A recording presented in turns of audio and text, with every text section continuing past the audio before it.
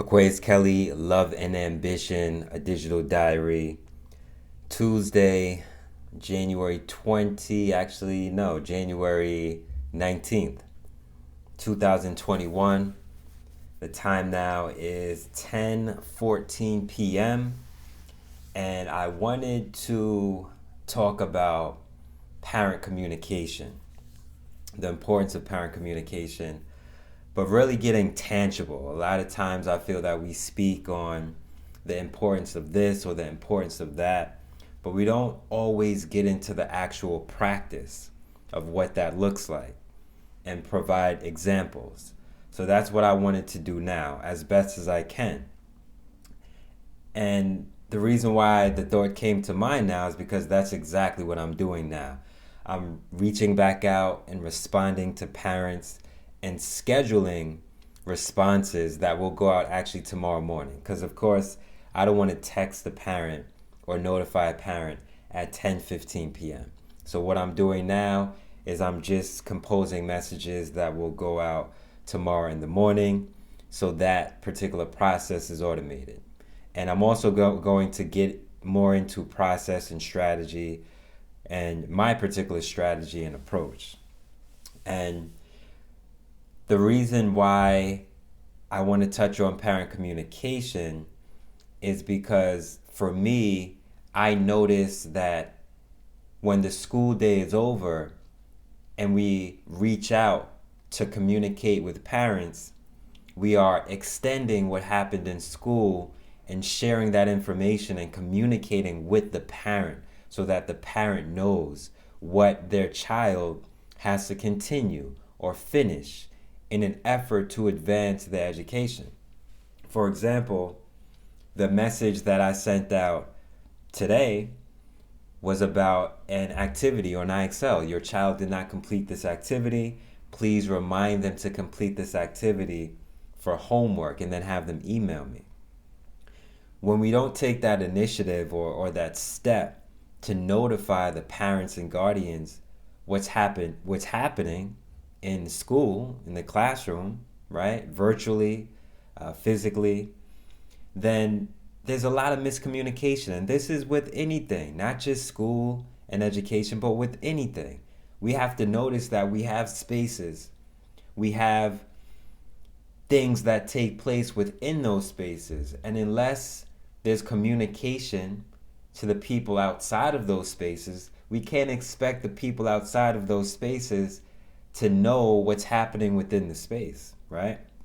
So that's how I see communicating with parents, is notifying them and updating them and keeping them informed of what is happening. And thanks to technology such as Talking Points, which is an app that I use to communicate with the parents, I can literally group different groupings. So let's say I have 7 students out of 10 students who didn't complete the assignment. I just take those 7 students and then notify their guardians, right? So it doesn't interfere, or I'm not reaching out, or I'm not bothering or taking the time away from those other 10 parents. And I feel that that is important as well. So when we do this, I'm literally looking at 1, 2, 3, 4, 5. I'm looking at 5 responses just right now, right? So those 5 particular responses are better than 0, better than 1, better than 2, better than 3, better than 4. Because when we look at data and when we break things down, we each student counts, right? If one student goes from not completing an assignment to completing the assignment, that's a big win. And then when we multiply that by 1, by 2, by 3, 4, and then that momentum continues to build, that creates a shift. Eventually, that will create a shift in the culture of schools, in the culture of classrooms, because students know that, okay, if I don't do this now, Mr. Kelly's going to reach out to my parent, guardian, sister, sibling, relative, and then they're going to force me to do it anyway because the communication is tight. So this is the importance of having tight communication. Now, of course, it's not going to be perfect But we have to do, I always believe that as long as I do everything in my power, I can't do anything else, right? I just made sure that I did everything in my control. I'm making sure that I do everything in my control so that I can rest and sleep at night knowing that, okay, I did everything I can do. In regards to a student completing the task, completing the work, completing the assignment, that's out of my control now. I sent out that notification. I sent out that message. And it's the same thing with colleagues. If I have to notify a principal or district leader about something, if I don't send that message out, that's still on me. But once I send the message out, if I don't hear a response, that's no longer on me. So this is how I see the importance of communicating with parents and communicating with families. We have to make sure that we take that first step, we take the initiative, we communicate. If we don't hear a response, okay, we did what we have to do. And we will continue to keep the doors open for future communication. Also, I want to talk about systems and setting up systems, right? So every time I send out a message or a notification, it usually comes from a template, right? Your child is absent. We notice that your child is not present for math class, or your child did not complete this assignment. So these are all a part of prompts that I literally created through the practice of observing and listening and studying and analyzing the behaviors of students who aren't showing up, students who aren't attempting their assignment, students who aren't completing their assignment. And then I figure out ways that I can combat those particular challenges. And the attendance, for example, I noticed that students weren't showing up in the afternoon. And then once I started reaching out to parents with that template, hey, I noticed your student isn't currently present for an afternoon session. Are they having trouble logging in, right? It's reaching out with empathy as well. It's not just saying your student needs to be online right now. No, it's being tactful and being respectful in regards to the approach and the communication. And when I send these messages out, the responses usually come back quick, right? Because parents care. Parents care, right? Again, this isn't the case for every situation, but parents care, right? And I noticed that when I started communicating more efficiently, more effectively, more frequently, that the parent wants to see their child succeed. It's just a matter of giving them that direction and guidance and knowing how to set their child up for success. And that comes through communication from teacher to parent.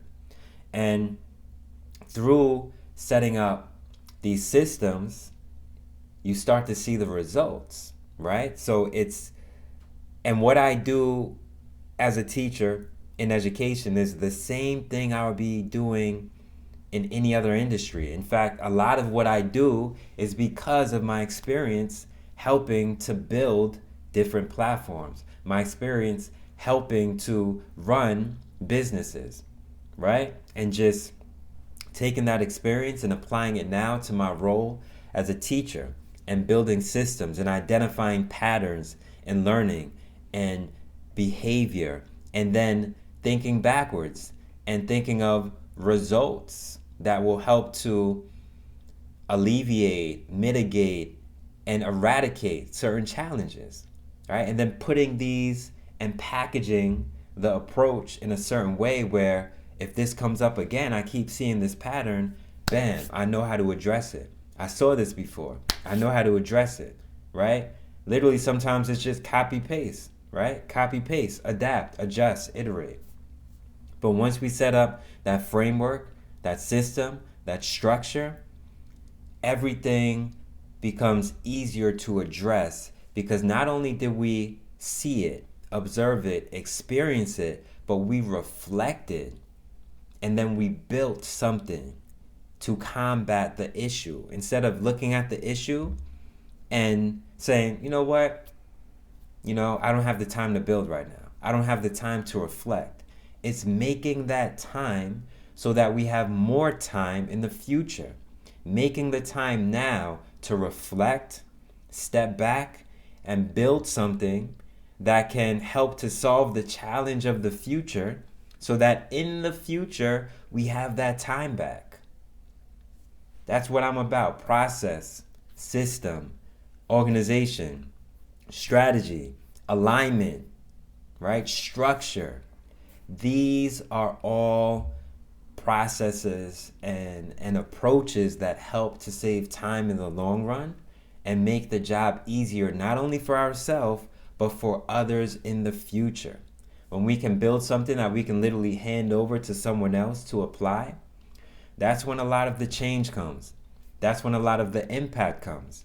I remember I was in Whole Foods, right? Literally yesterday, looking around, looking at the lights, looking at the ceiling, and thinking, for every Whole Foods store, there's a blueprint.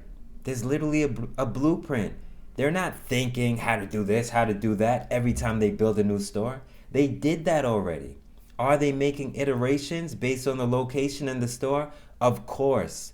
But they're building off of a general foundation and blueprint from the first store. And then they get better and adapt and adjust. And that's what happens. So I just really want to enforce, that's not the word I'm looking for. Emphasize, that's the word I'm looking for. I just really want to emphasize the importance of observing behavior, observing and identifying challenges, reflecting on those challenges and why those challenges exist in the first place, and finding solutions or potential solutions to those challenges through reflection. In that reflection piece is where we can start to determine what actions may help to, again, alleviate, mitigate, or eradicate those particular challenges. And then we have to apply. We have to apply those approaches to see what works. And then capture that data to see how it works and how well or not well it works. And then try again. And then document this process. Once we document it, that's when we can transfer it and share it and scale it. And this is how I believe we can help to gradually create better spaces for us, better spaces for our children, better spaces for our students, better spaces for our communities that are more effective, efficient, mission-driven, purpose-driven. And we can really start to invest in true human potential. And we can really start to address a lot of the challenges that we see day to day, and then focus on the bigger picture items as well. Because once we have the systems in place, once we have structure, alignment, organization, we can use our human capital and intellectual prowess to devote and allocate energy to other issues and challenges, all right, within our schools, within our classrooms, within our communities. So with that being said, Aquaus Kelley, Love and Ambition. I think I said a digital diary earlier. Technically, this is a visual diary. And yeah, that's it. Much peace, much love, much happiness.